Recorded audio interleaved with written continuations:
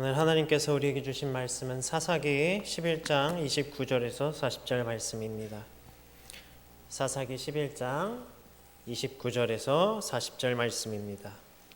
구약성경 382면입니다.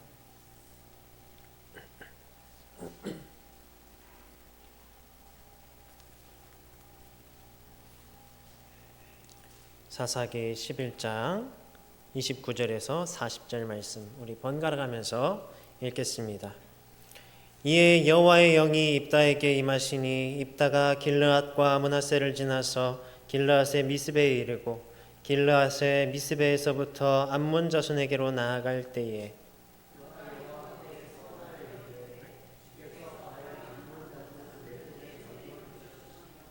내가 암몬 자손에게서 평안히 돌아올 때에 누구든지 내 집 문에서 나와서 나를 영접하는 그는 여호와께 돌릴 것이니 내가 그를 번제물로 드리겠나이다 하니라.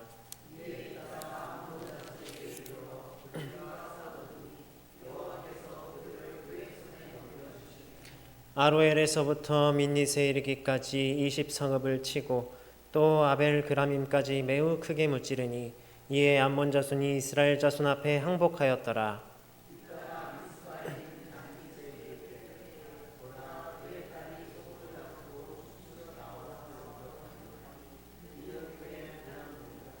입다가 이를 보고 자기 옷을 찢으며 이르되 어찌할꼬 내 딸이여 너는 나를 참담하게 하는 자요 너는 나를 괴롭게 하는 자 중에 하나로다. 내가 여호와를 향하여 입을 열었으니 능히 돌이키지 못하리로다 하니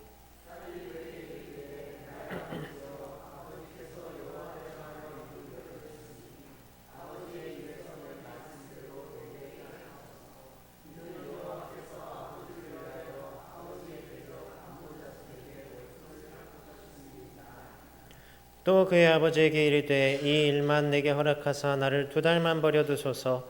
내가 내 여자친구들과 산에 가서 나의 처녀로 죽음을 인하여 애곡하겠나이다 하니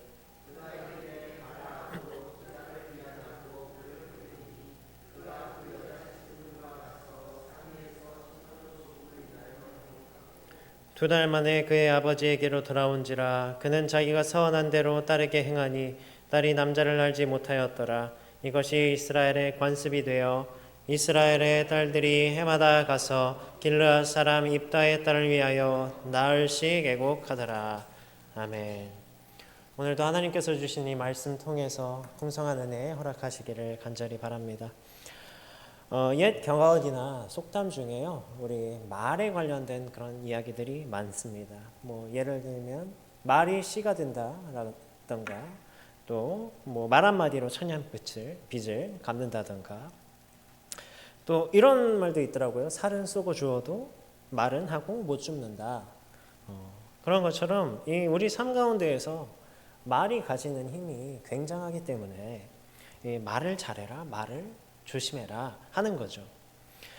말을 통해서 우리가 주변에 영향을 미치게 되니까요. 보통 우리 기분을 좌우하는 것도 다 이 말을 통해서예요. 특히나 하루에 아침에 욕을 들으면 하루가 기분이 안 좋죠. 또 말실수로 우리가 사람에게 상처를 주기도 하고요. 이처럼 우리가 세상을 살아가면서 서로 살아갈 때 서로에게 말 조심하고 입 조심해야 되는데 우리 믿는 자들에게는 이 사람보다 물론 사람도 조심해야 되지만 더 조심해야 할 하나님께서 계십니다. 우리가 모두 하나님 앞에 감출 것이 없는 자들이고요. 또 하나님께서 우리의 전부를 훤히 들여다보고 계시기 때문이에요. 오늘 사사기 11장의 말씀에는 바로 이러한 것에서 문제가 나타납니다. 지난 금요일에 다시 반복되는 이 쌓여가는 그 악으로 인하여서 다시 이스라엘은 여호와 하나님을 버립니다. 가나안의 이방신들에게로 돌아가요.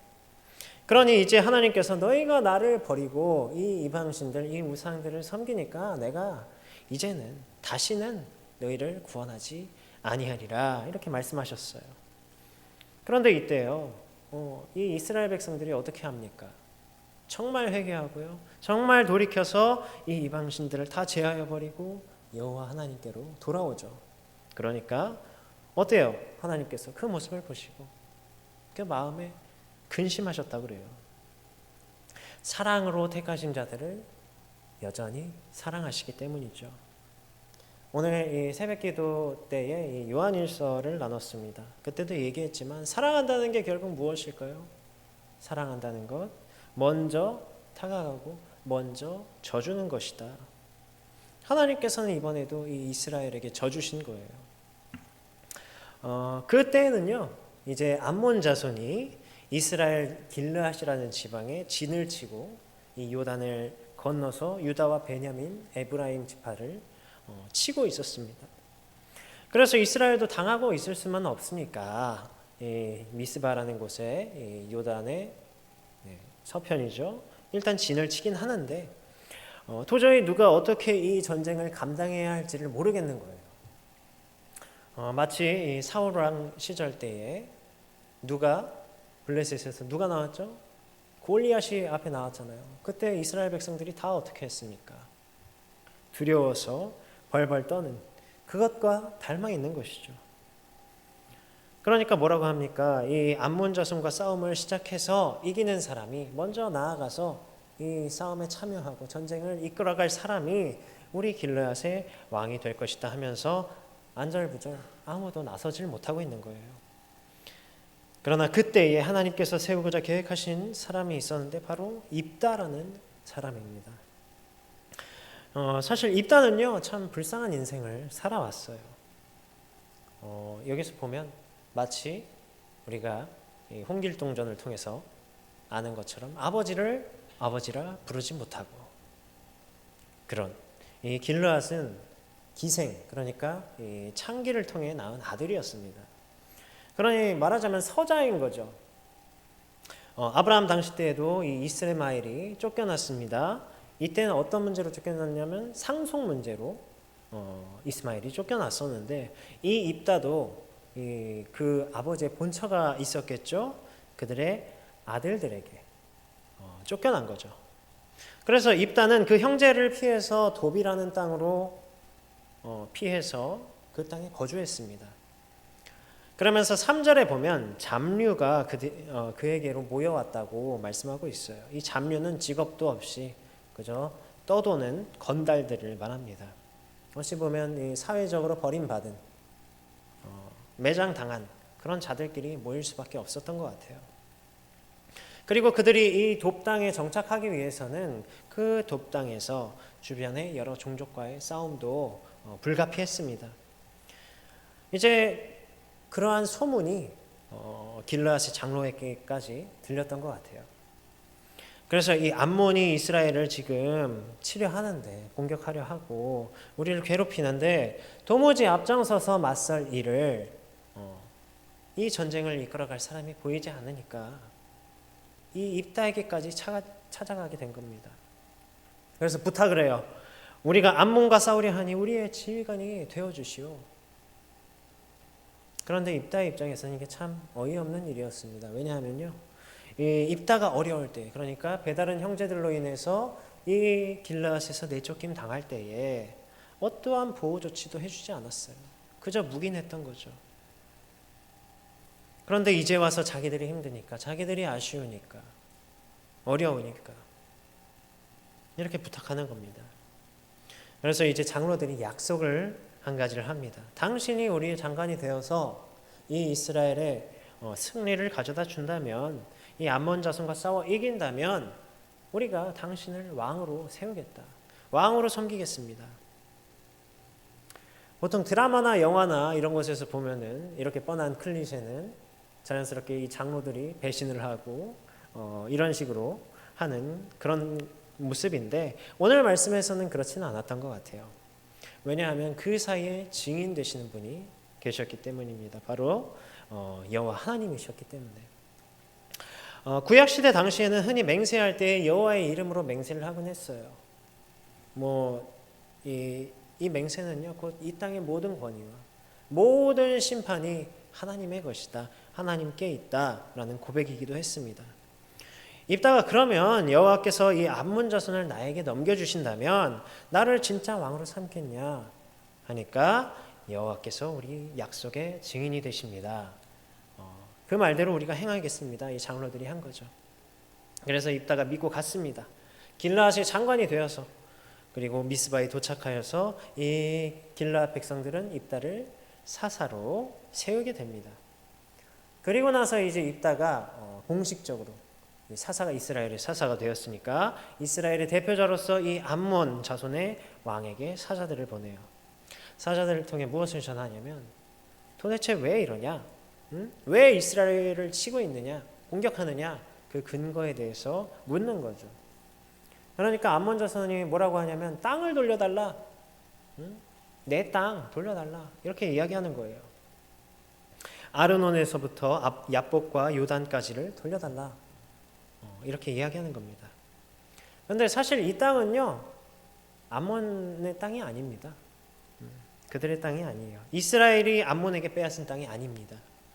그래서 입다가 다시 사자들을 보내서 이야기해요. 우리는 이 모압 땅과 이 암몬 자손의 땅을 점령한 일이 없다.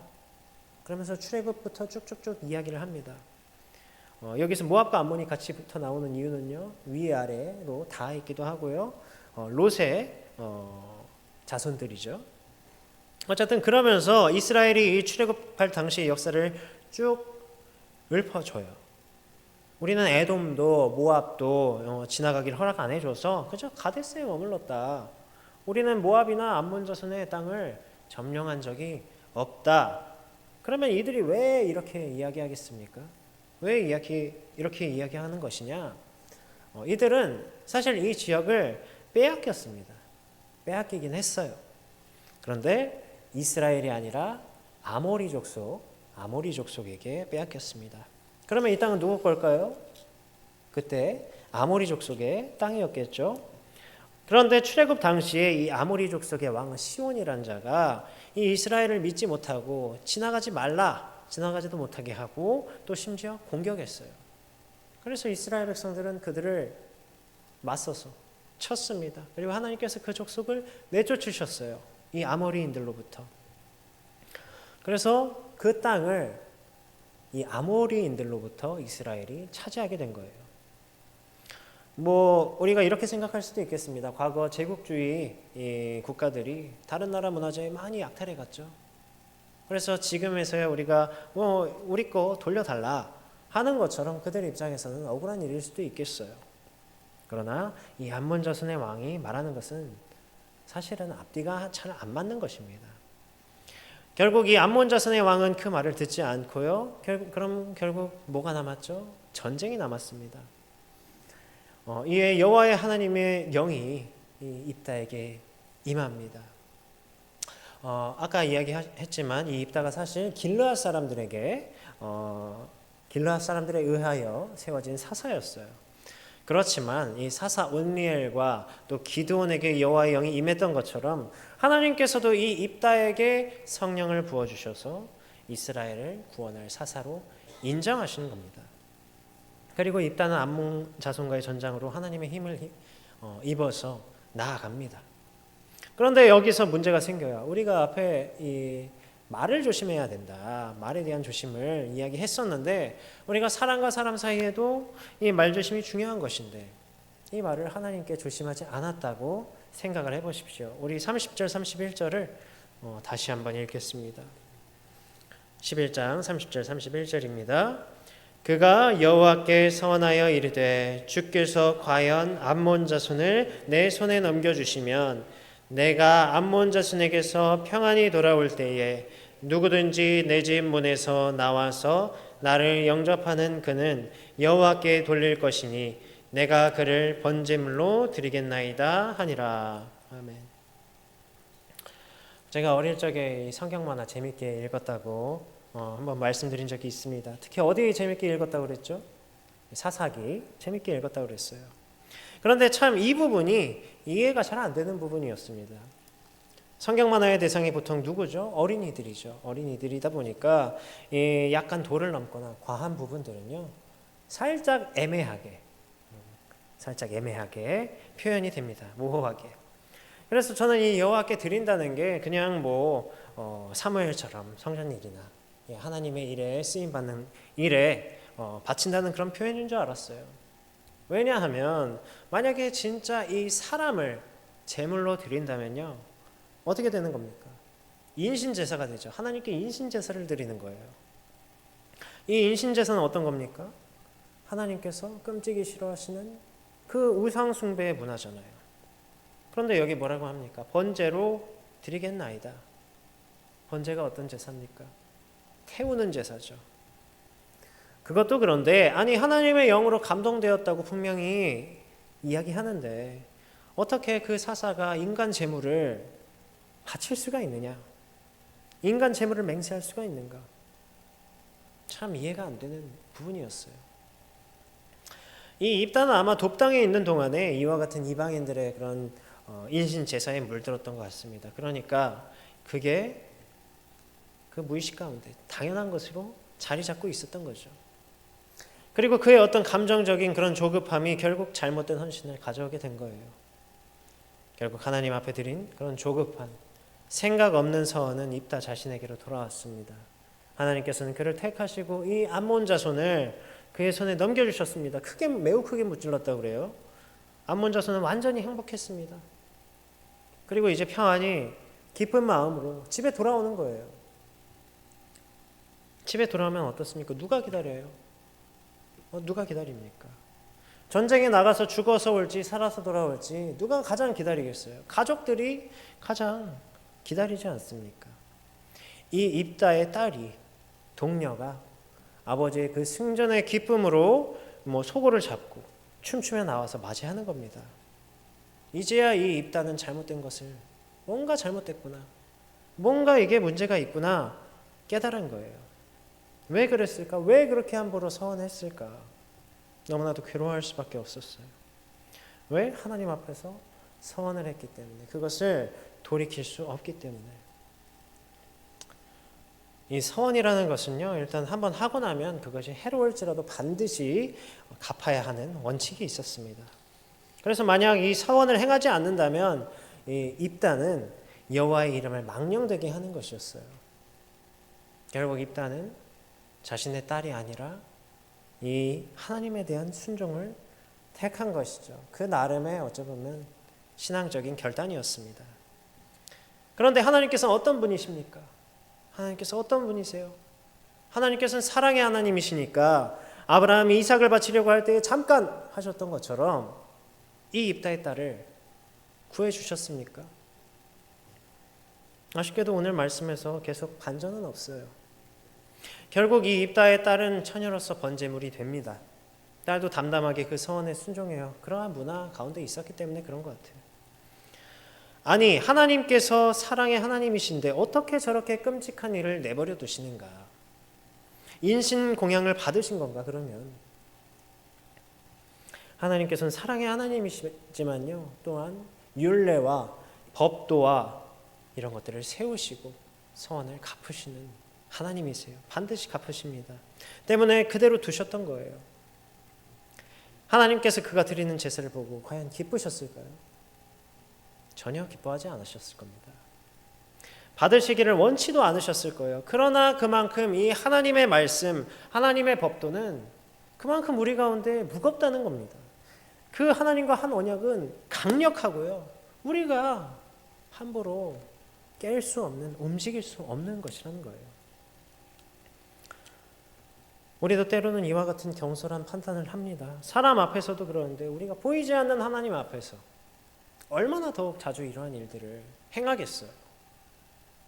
우리가 또 기도할 때 이와 같이 기도합니다. 하나님, 이렇게만 해주시면, 저렇게 해주시면 제가 이렇게 하겠습니다. 저렇게 하겠습니다. 또 우리의 어떤 감정에 휩싸여서, 어떤 분위기에 휩싸여서 내가 이렇게 하겠습니다, 저렇게 하겠습니다. 하나님 앞에. 물론 하나님께서 분명 그 가운데에서 우리에게 말씀하시고요, 그 감정을 통해서, 그 어떠한 상황을 통해서 우리에게 다가오시고 그렇게 말씀하세요. 응답하세요. 분명히. 그러나 우리가 하나님께 우리의 생각으로 좋은 것으로 너무나도 쉽게 내뱉는다는 것이죠. 하나님의 생각이 아니라 하나님의 뜻인가를 묻지도 않고. 그래서 우리가 하나님의 뜻을 묻는다는 것이, 하나님의 뜻을 바란다는 것이 중요한 것입니다. 지금 내게 주신 그 마음이, 이 말씀이 정말 하나님께서 나에게 주신 것인가? 정말 하나님의 뜻인가? 무작정 의심하라는 그런 뜻은 아닙니다. 그만큼 하나님 앞에 우리가 겸손한 마음으로 나아가고 하나님 말씀에 진정으로 귀 기울이고 하나님의 뜻을 분별하라는 것이죠. 하나님 앞에서 우리가 돌이킬 수가 없기 때문에 하나님께서는 모든 것을 보고 계십니다. 특별히 우리가 이번 주일 추수감사 예배로 드리고 또 어떤 게 있죠? 세례 입교식이 있습니다. 오늘 사사기를 통해 주신 이 입다의 모습을 통해 이 경솔한 서원을 통해 우리가 이 세례와 입교에 대해서 다시 한번 돌아보기를 바라요. 우리 세례 받으실 때에 또 입교하실 때에 교육을 받죠. 여러 가지 하나님은 누구신가? 예수님은 누구신가? 우리는 누군가? 교회는 무엇인가? 이런 것에 대해서 교육을 받습니다. 그리고 세례 문답을 해요. 우리 중고등부에서도 이제 친구들이 봤는데 교육을 다 마치고 물어봅니다.